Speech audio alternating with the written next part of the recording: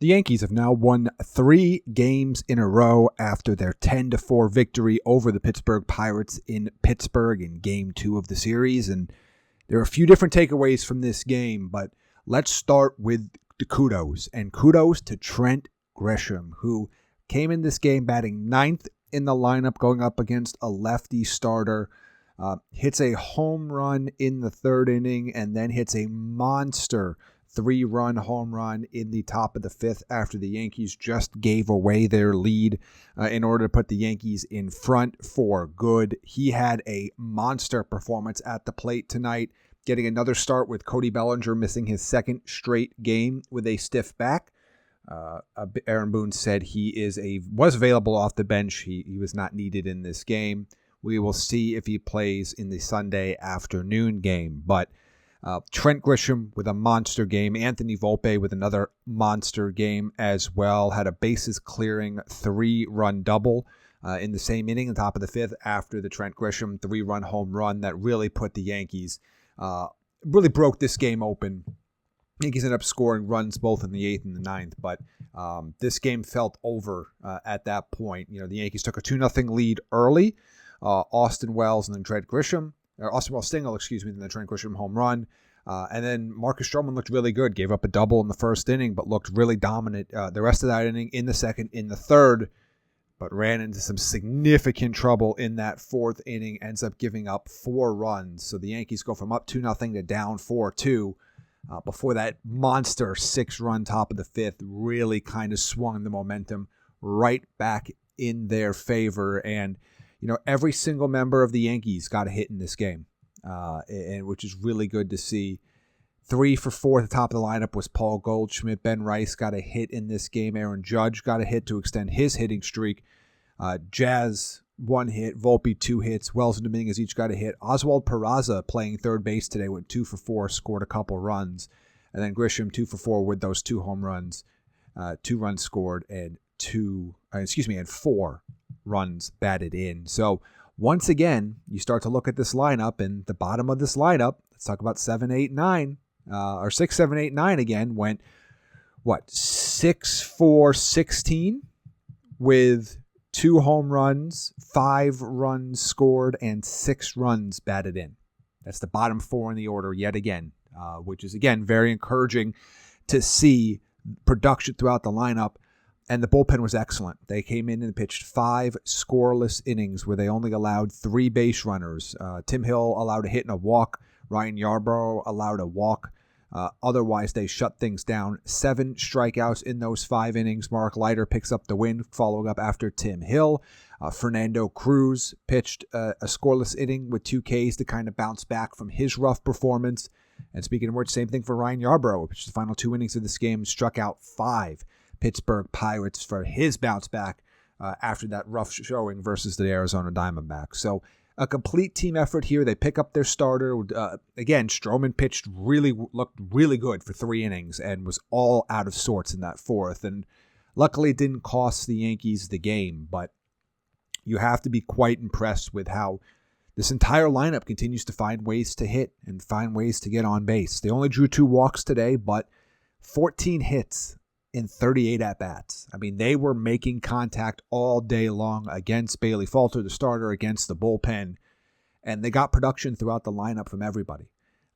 Everybody in the lineup got a hit, as I mentioned, but everybody in the lineup either scored a run or drove in a run as well, which is also fun, a fun little fact. Again, just taking away that this entire lineup from top to bottom has been able to be significantly impactful in pretty much every game this season, you know, and now you look through 8 games, you know, the Yankees have scored 10 runs, 9 runs, 9 runs, 3 runs, 5 runs, 12 runs, 20 runs, 4 runs.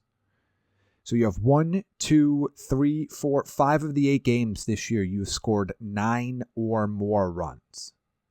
That's pretty encouraging. And then your worst performance is 3 runs, and that was the game where they got shut down by the Diamondbacks, but it hit that 3-run home run in the 9th. But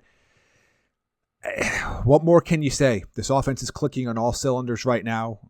They are better than the pitchers they're going up against, and they're taking full advantage of that. And they're getting production from everywhere. And, you know, aside from Grisham, Anthony Volpe had a couple really hard hits today. couple of doubles for him. That 3-run double obviously being the one that broke the game open in the 5th inning. But, he's looking like a little bit of a different hitter. He's not having to hit the ball perfectly in order to put the ball a long way down the field. And he's been able to, all season long so far through 8 games. Yes, he had the homers early, but he's making good contact with the ball. And you start to wonder if this is going to be the breakout that we've been waiting for offensively. He's now, so far through 8 games, batting .303, slugging .758. And that's really exciting to see, because I think Volpe was kind of at a little bit of a crossroads coming into this season, in the sense that, he had that rookie season where he sacrificed a lot of his batting average for power, was supposed to be more balanced, had some streaky performances last season. And this year we're kind of looking to see, like, what is the real Anthony Volpe? What kind of a hitter is he going to be? Obviously made another great play in the field this week or in this game, and that's not a surprise. He's great with the glove. We know that. But what type of hitter are you going to be for the Yankees moving forward? And if the first 8 games are any sign, it's going to be a very impactful one. Was batting 5th today in the Yankees lineup. But good to see Goldschmidt at the top of the lineup has some success again. 3 for 4, dominates left-handed pitching. Was on base 4 times in his 5 plate appearances. Dominates left-handed hitting or left-handed pitching. Not a surprise that he's been at the top of the lineup there. And yeah, I think this is one of those games where I'm glad to see they come back too. They haven't had to face a lot of adversity in this Pittsburgh series, especially when you were thinking about them going up 2-0 and like, okay, they're going to roll here. Then they got punched in the mouth and had to come back, and they did.